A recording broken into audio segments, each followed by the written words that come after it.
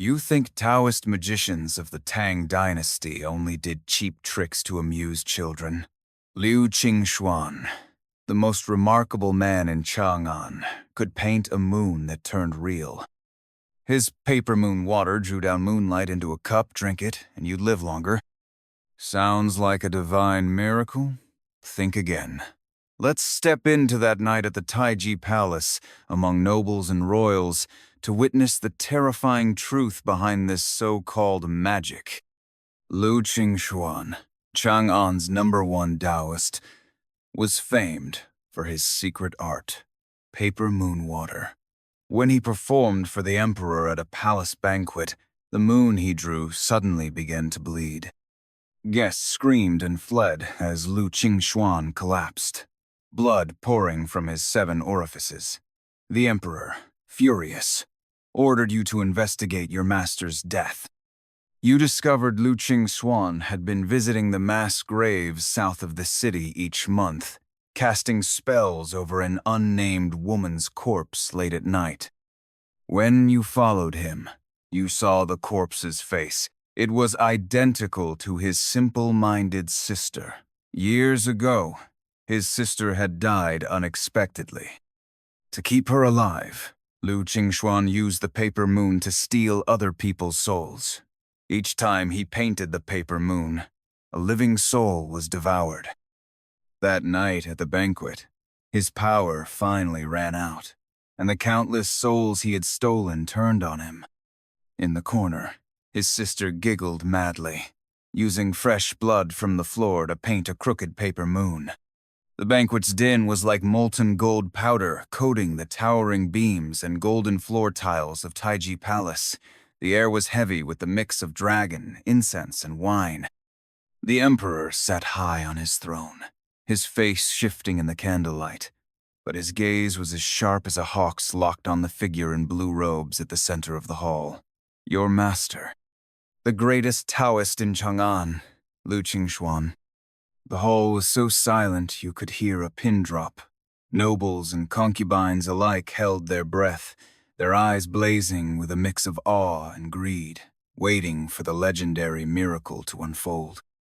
You stood 3 steps behind your master, your heart pounding like a drum, each beat tugging at the cold jade cicada on your belt, a talisman carved by your master to ward off evil.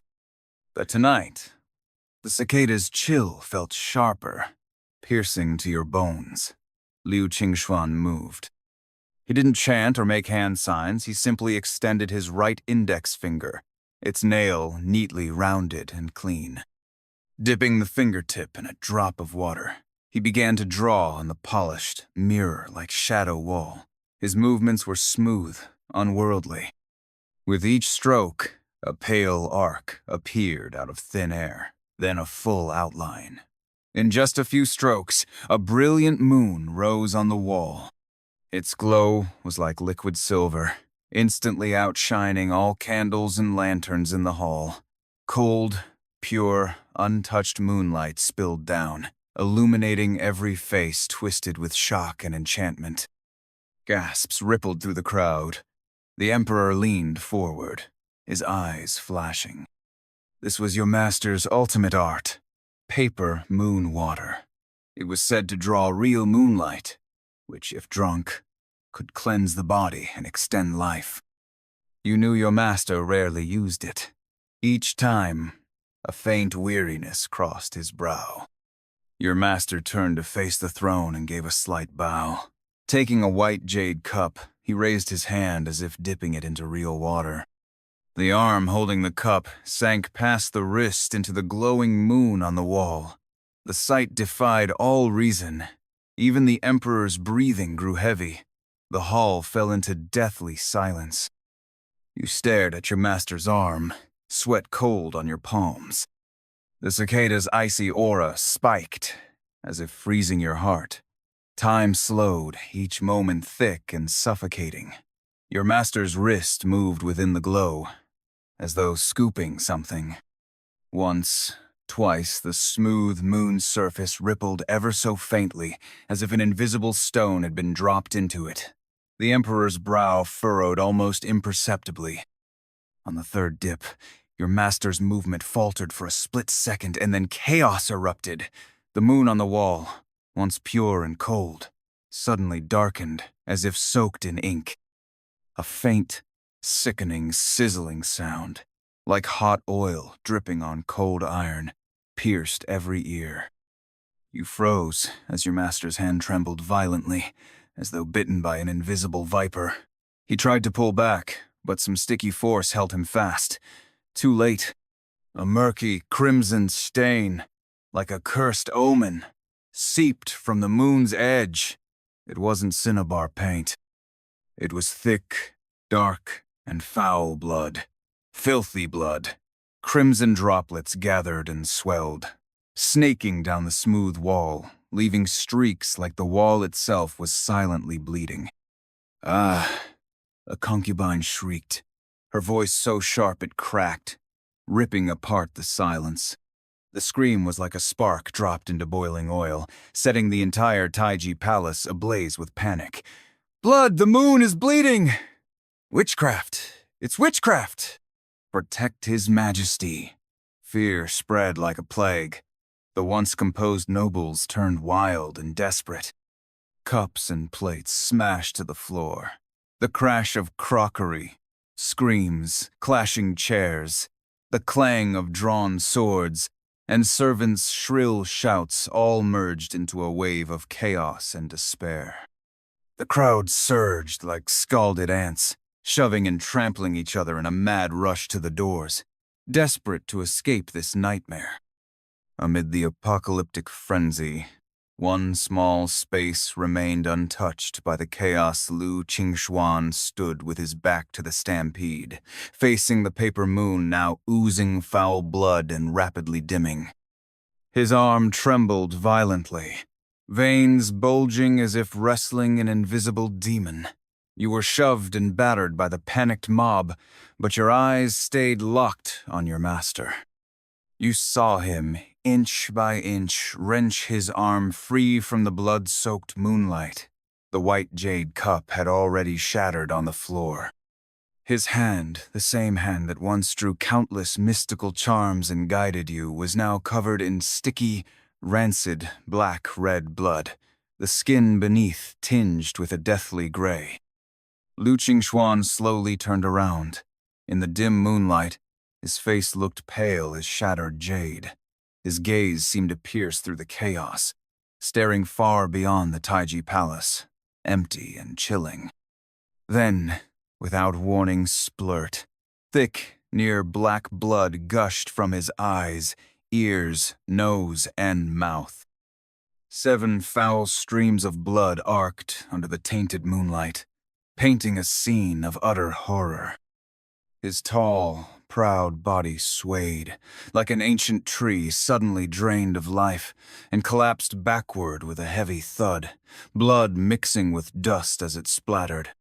Those eyes, once so sharp to the workings of heaven and earth, stared wide open in death, frozen with endless pain, defiance, and an unfathomable sorrow. "Master!" Your scream was drowned in the deafening chaos, like a grain of sand swallowed by a raging sea. A wave of terror and agony seized you. Your vision blackened, and you could barely breathe. You struggled to rush to him, but were slammed aside by the surging crowd, crashing to the floor. The cold tiles pressed against your cheek. Your master's fallen figure and the bleeding paper moon burned into your soul as an eternal, unshakable nightmare. No one knew how long the chaos lasted. When you finally dragged yourself back from the brink of fainting, someone yanked you roughly off the ground. The hall was a wreck. Broken dishes, spilled wine and food, scattered jewels and trampled silk. The air reeked of blood, booze, and vomit. Guards stood like steel around the throne, blades glinting. The Emperor sat on the dragon throne, his face dark enough to drip water. His gaze swept the shadow wall where the moon had gone black and bloody, then down to Liu Qingxuan's corpse now covered by white cloth. Finally, his icy, blade-like eyes fixed on you, kneeling in disgrace, held down by 2 guards. Liu Qingxuan. The emperor's voice was low but struck like thunder, heavy with rage and chilling fury. You spread lies, defiled the palace, disturbed the imperial presence your crime demands, the extermination of your entire clan. Each word pierced your ears like an ice pick. Your heart plunged into a frozen abyss. Extermination of the clan. The words boomed in your skull like a death knell. Your master had no family except his half-witted sister, Lu Linger, who lived secluded in the southern courtyard, and you, his only disciple. Your Majesty, have mercy, you cried out with all your strength, forehead slamming onto the cold tiles with a dull crack. Master must have been cursed and backlashed by dark forces. Please, Your Majesty, see the truth. This was never his intent. Pain shot from your forehead, warm liquid running down your brow and blurring your sight. You knew that defending him now might mark you as an accomplice and hasten your death. But you had to shout for the shred of honor left to your master and for Linger. The Emperor's gaze slithered over you like a venomous snake's tongue, filled with scrutiny and deep distrust. The hall was deathly silent, broken only by your ragged breathing and the drip of blood from your forehead. After a long pause, that cold voice rang out again, tinged with cruel amusement. Mercy? Very well, I will grant you a chance at mercy. He leaned forward slightly, the weight of his presence nearly suffocating you. Liu Qingxuan's sorcery deceived the court. His death was well deserved. But I demand a clear and thorough explanation. That blood-stained moon, what evil thing is it? And what unspeakable secrets was Liu Qingxuan hiding? The Emperor's finger pointed at you with an authority that brooked no refusal. You, as his direct disciple, I order you to investigate Liu Qingxuan's death. In 3 days, bring me the truth. If you fail... That cold snort was more terrifying than any threat. You understood this was the final ultimatum. A guillotine suspended above your head. Fail to uncover the truth, or give an answer that satisfies this furious emperor, and both you and Linger will be doomed to a fate worse than death. This humble subject obeys, you rasped, kowtowing heavily, blood flecking your voice. The wound on your forehead burned, but it was nothing compared to the crushing despair in your chest. Investigate your own master? It was nothing short of a cruel and absurd trial. Get out, the Emperor said with open disgust. You nearly crawled as you left the Taiji Palace, under the guards' cold, contemptuous stares. Outside, the night was thick as ink, its late autumn chill cutting to the bone. A cold wind made you shiver. The blood on your forehead had half coagulated, sticky and cold. Your master's body had been wrapped carelessly in a straw mat and carried away like some vile trash. You bit down hard, your nails digging into your palms to keep from rushing forward to seize him. By the time you returned to your master's small, secluded courtyard in the southern alleys, a pale gray dawn had begun to creep over the sky. The gate was shut, and silence lay within like a shroud. Summoning the last of your strength, you pushed open the familiar wooden door. The courtyard was still tidy, autumn chrysanthemums blooming forlornly in the corners under the morning light. Yet it felt as though some vital spirit had vanished forever. The east wing door creaked open a crack, and a figure in an old, plain dress timidly peeked out. It was Linger. She looked 16 or 17, her features faintly resembling your master's. Her face should have been delicate, but there was a haze of confusion and emptiness in her eyes. She seemed completely unaware that this house had just lost its master, oblivious to the upheaval outside. Her gaze drifted past you, fixed on the gray, overcast sky above the courtyard. as if searching for something. A childlike, vacant smile spread across her face. "Brother Moon," she mumbled incoherently, her voice soft and ethereal, like smoke slipping through your fingers. "Draw Moon, drink water." Your heart clenched painfully, as if a cold hand had seized it. The sister, your master, had sacrificed everything to protect, even resorting to forbidden magic, didn't even realize he was gone. The crushing sorrow and helplessness nearly drowned you. Swallowing your grief, you walked over and softened your voice. "Linger. It's cold out here. Let's go inside." You gently pressed her thin shoulder to guide her back to the warmth of the house. But the instant your fingers touched her, a stabbing, icy pain shot through your fingertip like being pierced by a red-hot needle. "Ah!" You jerked your hand back as if shocked. Linger remained oblivious, still smiling vacantly at the sky, obediently letting you push her inside. You stared at your fingertip in bewilderment, then at the doorframe where she had just leaned nothing. But the biting cold that lingered in your finger was undeniable, as though you had just touched ice dredged up from a 1,000-year-old abyss. Stranger still, the jade cicada on your belt trembled faintly, releasing a subtle hum that only you could feel. A gentle but warning warmth spread from it, as if trying to drive out the chill that had seeped into your bones. This was no ordinary sign. Your master had once said the cicada would hum in the presence of dark entities, and grow warm when great evil was near. How could Linger carry such heavy yin energy? A terrifying thought slithered into your mind like a venomous snake. Your master's death, the bleeding moon, could they all be tied to Linger's strange aura? A shiver ran down your spine. You dared not think further, but the seed of doubt, once planted, grew wildly. Your master had always gone out secretly once or twice a month, his demeanor heavy and tired, as though wrestling with some hidden burden. He had vaguely mentioned things like gathering energy and fortifying the source, which you assumed were for cultivation. But now, everything seemed suspicious. There was no time to waste. The Emperor had given you only 3 days. Linger's strange condition might be your only clue. You steadied your heart, settled her in, and watched her clutch a worn rag doll as she curled in the corner of the bed, quickly falling into an unknowing sleep. You stepped out of the east wing, closing the door gently behind you. Standing in the cold, silent courtyard, you drew in a deep breath of frosty air, forcing yourself to calm down. Then, you entered your master's study and meditation room.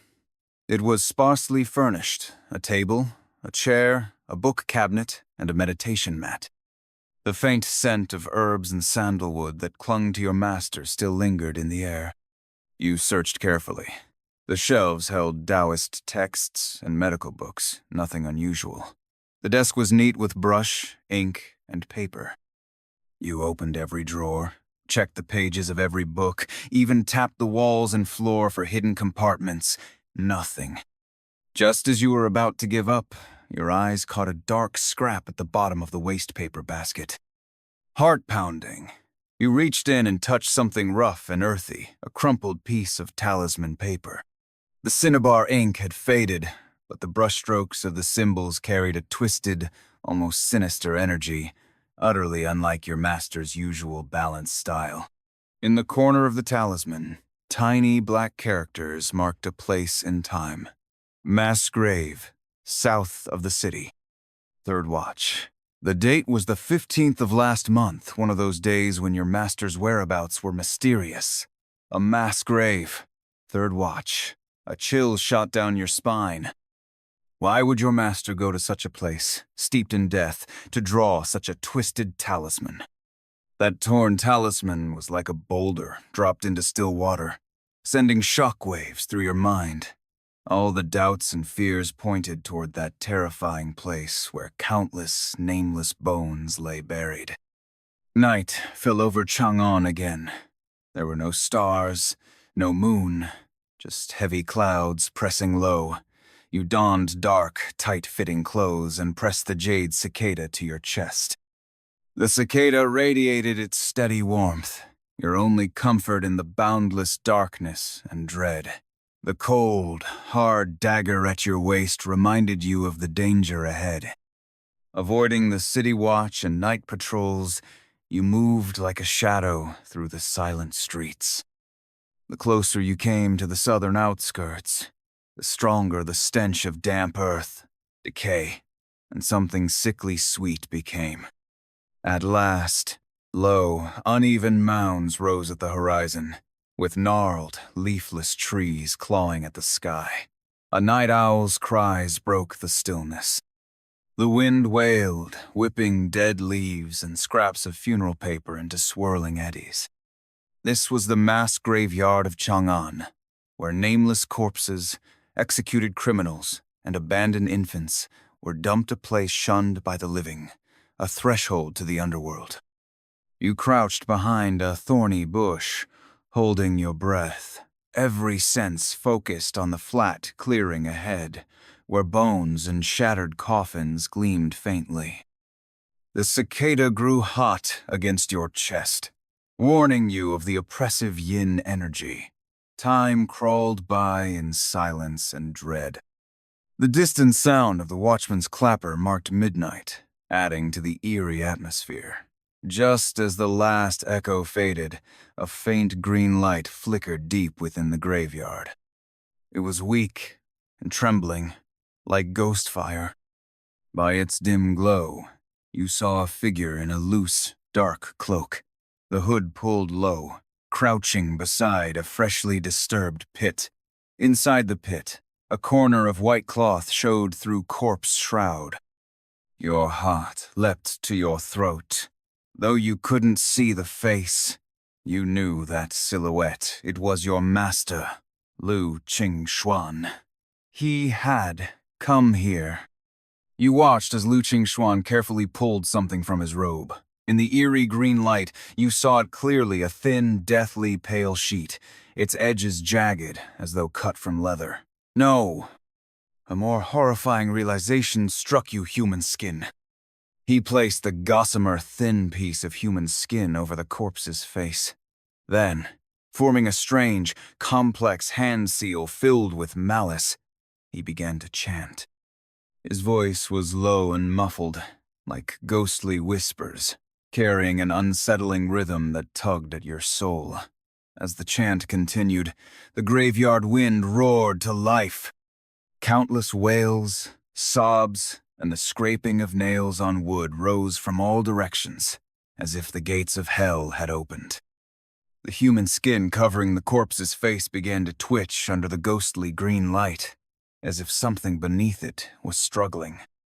Wisps of gray-white mist, tainted and foul, drifted from the corpse's mouth, nose, and 7 orifices, pulled by an unseen force into a swirling, writhing mass above Liu Qingxuan's right palm. He was extracting the soul, using a dark spell to rip the remnants of a nameless woman's spirit from her body.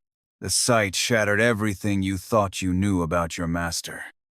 The man worshipped by all of Chang'an, the Taoist of immortal grace, was here at midnight, desecrating the dead with evil magic. Rage, disgust, and betrayal churned within you. No wonder the paper moon bled. No wonder he suffered a violent backlash. This was dark sorcery. Just as you reeled from the horror, ready to leap out and confront him, something changed again. Liu Qingxuan seemed to have finished the extraction. He swiftly drew from his robe a small, palm-sized black clay jar covered with sinister runes. With care, he guided the struggling gray mist into the jar. As the mist touched the rim, it was sucked inside. The jar trembled and gave off a dull, ominous hum. Yet just as he was about to seal the jar, a sudden, violent gust of wind filled with malice and rage erupted without warning. The wind carried countless piercing, shrill wails that struck straight at Liu Qingxuan. "Ugh!" he groaned, his body staggering violently, the clay jar nearly slipping from his hands. His face turned deathly, pale, and beneath his cloak, his figure seemed to hunch, clearly reeling from some powerful impact. He jerked his head up, and in the shadow of the hood you glimpsed a trickle of dark red blood at the corner of his mouth. He dared not linger, hastily sealed the jar, tucked it into his robe, and then waved both hands in rapid succession. Several talismans glowing faintly with golden light flew into the earth beneath his feet and into the surrounding air. The shrieking wails and chilling wind seemed to be temporarily sealed and suppressed.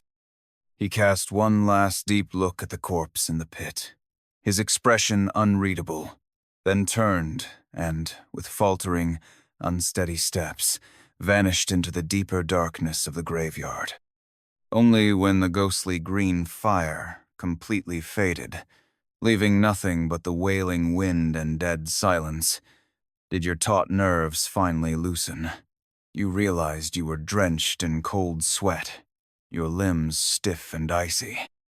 Your master was gone, but the mystery he left behind loomed darker than ever.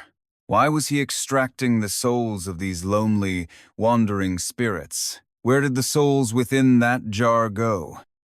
Was his sudden injury connected to the backlash at the palace banquet, swallowing the storm in your heart and your fear of the corpses scattered around? You crept out of hiding. You had to examine that corpse. The human skin that was your only evidence. Step by step, you approached the pit reeking of soil and decay. It was shallow, barely enough to cover the body.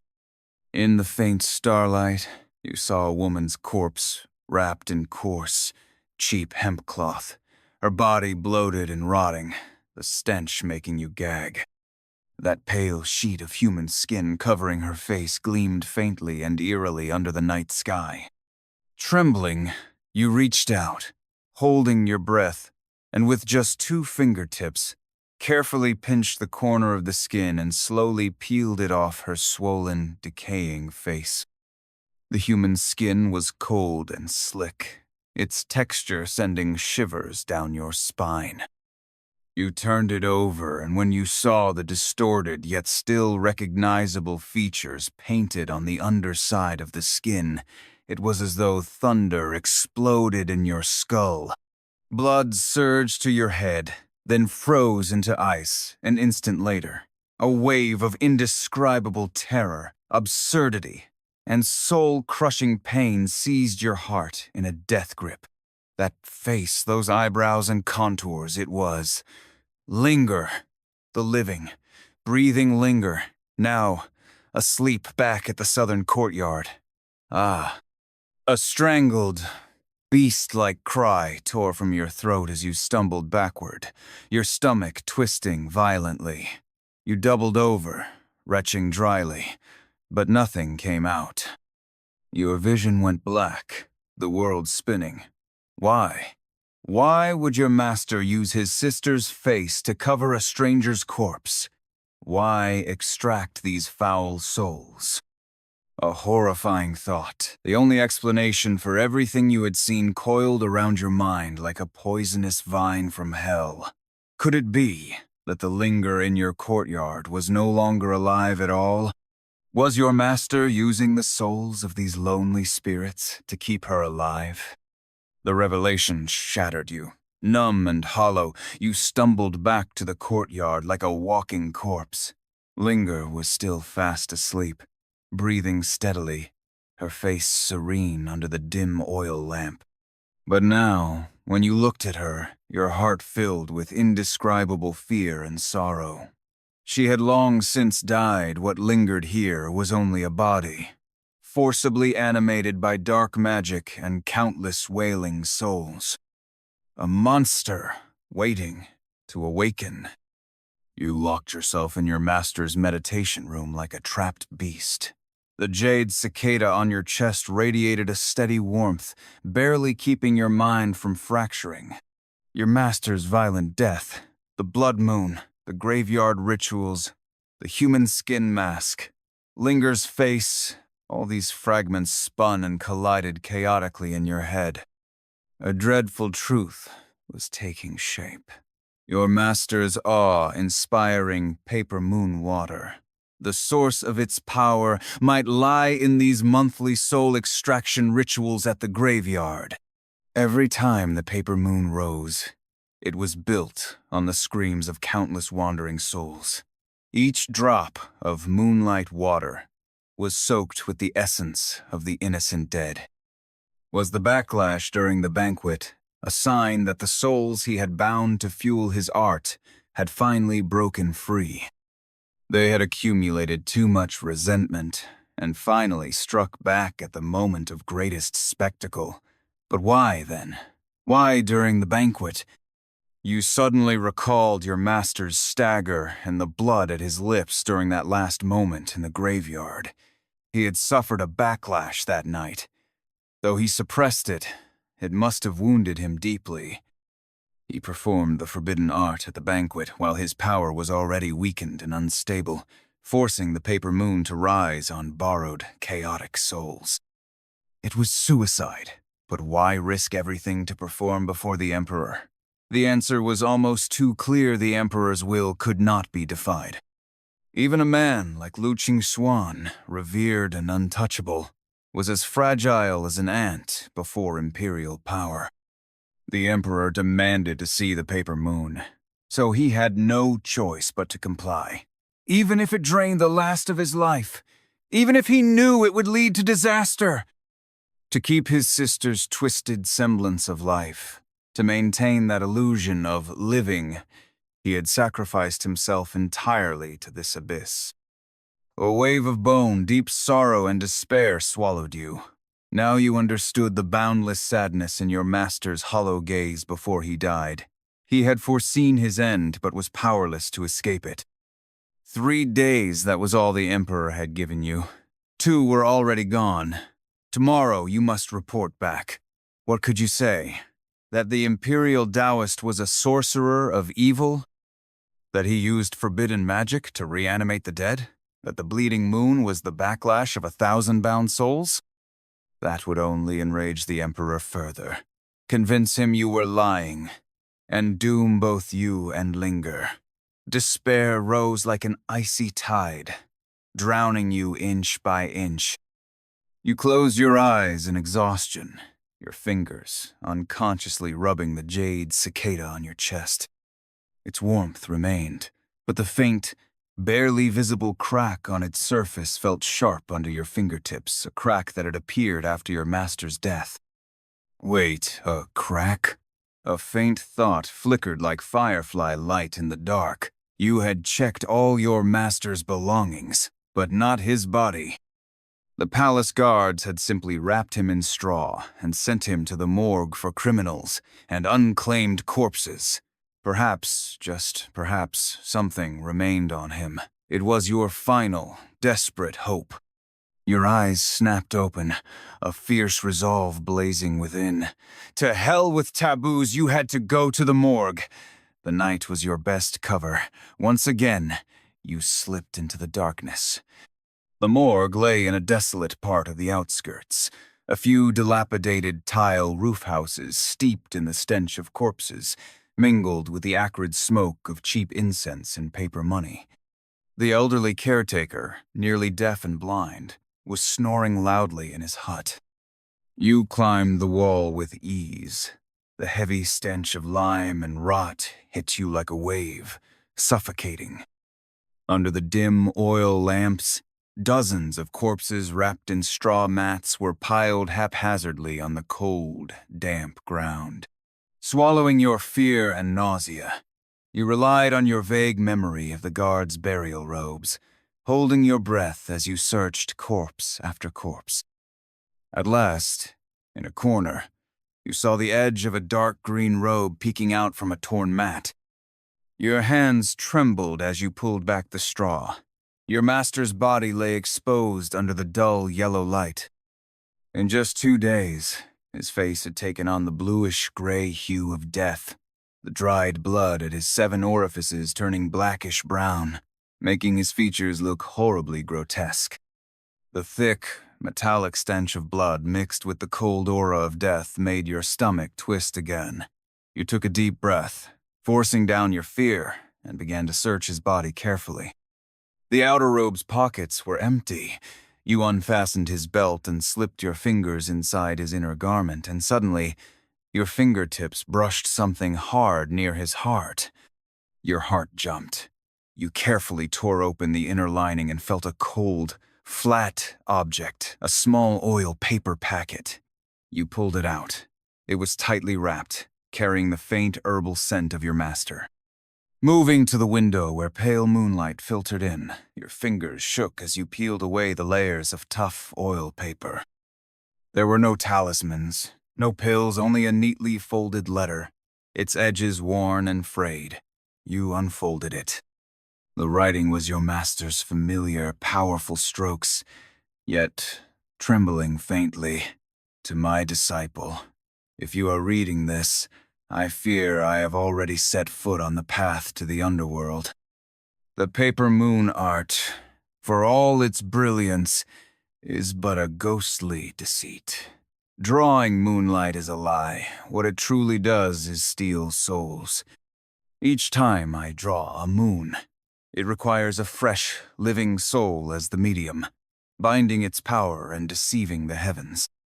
This art is vile, devouring souls and shattering spirits, a crime against the natural order.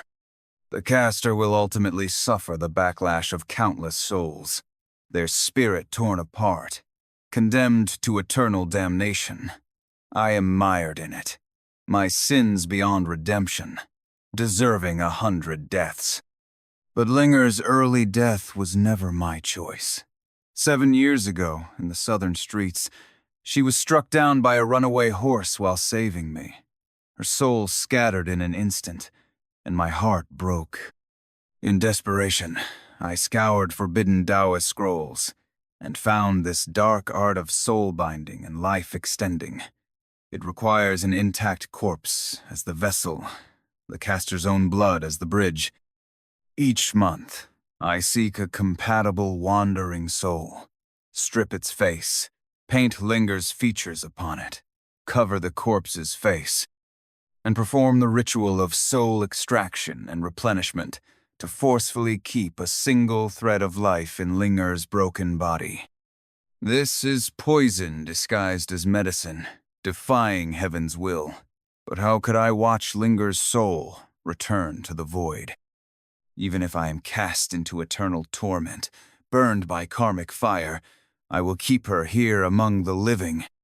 7 years, 84 soul extractions, 84 innocent lives lost because of me, their souls scattered beyond reincarnation. My sins are so great that even the waters of 3 great rivers could not wash them clean. The jade cicada was forged from my blood and pure yang energy, to suppress the dark aura festering in Linger's body. But this dark art has its limits. Recently, the souls I draw carry deeper resentment, and the backlash grows stronger. My own spirit is like a candle in the wind, close to extinguishing. I fear the end is near, and Linger cannot last much longer. If I die, the death energy within her will spiral out of control. She will become a corpse fiend, a creature of pure yin evil, driven by instinct to devour living souls and wreak havoc. All of this is my sin. My disciple, I know your heart is pure and loyal, but you must not show mercy when the time comes. Remember this: when Linger fully turns into a corpse fiend, a blood-red crescent will appear on her brow. That mark means her evil soul has fully condensed. Then, take the Qingfeng dagger I left you, strike her brow, and shatter the core of her evil soul. The dagger, carved from lightning struck peachwood, holds pure yang power to banish evil. I left it for this very moment. This is the only way to free her, and my final plea to you: send Linger to her rest. Do not let her spill more innocent blood. Do not let my sins claim yet another life. Remember this. Remember it well. These are the final words of your master, Liu Qingxuan. The letter slipped from your violently trembling hands, falling silently onto the cold, filthy ground. The truth now lay bare before you, cruel and bloody. 7 years. For 7 years, your master had used dark magic, feeding on the souls of 84 innocent people, just to forcefully sustain his sister's long-vanished life. Every time the paper moon rose in glory, every time the palace guests gasped in awe, it was built upon the silent cries and shattered souls from the graveyard. He had long been worn to the bone, tormented by endless guilt and the backlash of the souls he had stolen. The banquet performance was nothing but the final straw. His death was no accident. It was the fate carved into him, a destiny of being torn apart by thousands of angry souls. He died from a brother's desperate, twisted, and endless love. The weight of grief crashed over you like a tidal wave, swallowing you whole. You collapsed to your knees beside your master's cold, rigid corpse, pressing your forehead to the icy ground, sobbing soundlessly as your shoulders shook. You wept for the burden and pain he carried all his life, for the 84 innocent souls lost forever, and for the innocent, tragic Linger. She had died long ago. What walked this earth was only a shell driven by dark magic and the wrath of the dead. A monster waiting to awaken. You didn't know how long you knelt there until the cold seeped into your bones and woke your numb nerves. The last day, the Emperor's final deadline. Linger, what of Linger now? A dark premonition coiled around your heart like a cold serpent. You snatched up the fallen letter and shoved it into your robes, casting one last glance at your master's gray, lifeless face. His frozen pain seemed to silently urge you on. You spun around and bolted from the deathly still morgue like an arrow loosed from a bow, sprinting toward the southern courtyard. Through the darkest hour before dawn, you ran with all you had. The wind howled in your ears. Your lungs burned like fire. Only one thought filled your mind. Faster. You must reach Linger before she completely lost control. By the time you burst through the half-open wooden gate of the courtyard, gasping for air and nearly spent, the sight before you sent a glacial chill through your veins. The courtyard was in chaos. The door of Linger's east room had been shattered from within, splinters scattered across the ground, and Linger knew she could no longer be called Linger. She stood in the center of the yard, her back to you. She still wore that plain, old dress, but her body was grotesquely stiff and swollen. The exposed skin had turned a lifeless bluish gray, crisscrossed with web-like, dark purple veins. Her hair floated and drifted without wind, exuding a thick, nauseating stench of rot and death. Slowly, with unbearable stiffness, she turned around. That face, once Linger's delicate, innocent face, was now twisted and deformed, mottled with dark corpse spots. Her lips were blackened and slightly parted, revealing sharp, beast-like teeth. The most terrifying of all were her eyes. The whites were entirely drowned in a murky, yellow haze, and the pupils had shrunk to blood-red pinpoints, burning with madness, hatred, and a bottomless hunger. Her gaze stabbed into you like icy daggers. There was no trace of humanity left in her eyes, only the primal, ravenous craving for living flesh and souls. An inhuman, rasping wheeze, like the bellows of a broken forge, scraped from her throat. She raised one stiff arm, her fingernails now black and claw-like, and pointed straight at you. A gust of icy wind, reeking of blood and death, swept toward you with her motion. A corpse fiend. The horror your master warned of had come true. The dark magic had failed. 7 years of accumulated death energy and resentment had erupted, turning Linger's body into a soulless monster bent on killing and devouring life. The jade cicada on your chest turned scalding hot, vibrating with a piercing, high-pitched hum. At the same time, beneath the skin of Linger's, or rather, the fiend's forehead, a crimson crescent mark, like clotted blood, was forming rapidly, bulging like an evil eye. The evil soul core, the only weak spot your master mentioned.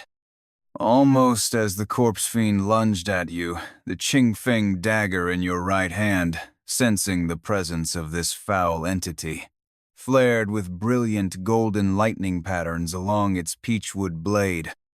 A wave of pure, fierce yang energy burst forth, dispelling part of the suffocating chill. There was no time to hesitate. No time for sorrow. Your master's final warning, bought with his life and eternal damnation, was here before your eyes. "Linger!" you roared, a cry filled with grief and unyielding resolve. You charged forward instead of retreating, pouring all your strength, all your pain, and all your determination to end this nightmare into the dagger clutched in your hand. The dagger, blazing with unwavering resolve, tore through the choking miasma, a streak of golden light aimed precisely at the fiend's forehead, at that crimson crescent mark born of countless damned souls. A sickening puff like a red-hot iron sinking into rotting flesh. For an instant, time stood still. The tip of the dagger sank into the crimson mark. No blood sprayed out, only a tar-like, foul black vapor gushed from the wound. Within that blackness, countless twisted, agonized faces seemed to wail and writhe silently. "Oh!" The corpse fiend shrieked a soul, piercing, inhuman scream that could rip through the mind itself. Its entire body convulsed and twisted as if plunged into molten lava. Under its gray-blue skin, the dark purple veins writhed like living things, bursting one by one. Its yellowed eyes bulged grotesquely, and within the scarlet pupils, a flicker of Linger's own pain and sorrow glimmered amid the hatred. Golden lightning raced along the dagger's peachwood blade like fiery vines, spreading instantly over the fiend's head. The pure yang energy and the monstrous yin qi clashed violently, crackling and roaring with searing sound. It lasted no more than 3 breaths. Then boom! A muffled explosion came from within the fiend's skull. The bloated, twisted body froze, all motion and sound halting in an instant. Then, like a sandcastle washed by waves, it collapsed. There was no blood, no gore, only clouds of black ash, like charred paper, flaking off and scattering in the wind. On the ground remained only the empty, plain old dress and the dagger, its golden lightning dimming slowly as it stood embedded in the earth. The wind stilled. Silence blanketed the courtyard. You collapsed to your knees, gasping for breath, your bones feeling as if they'd fallen apart. Sweat and tears blurred your vision.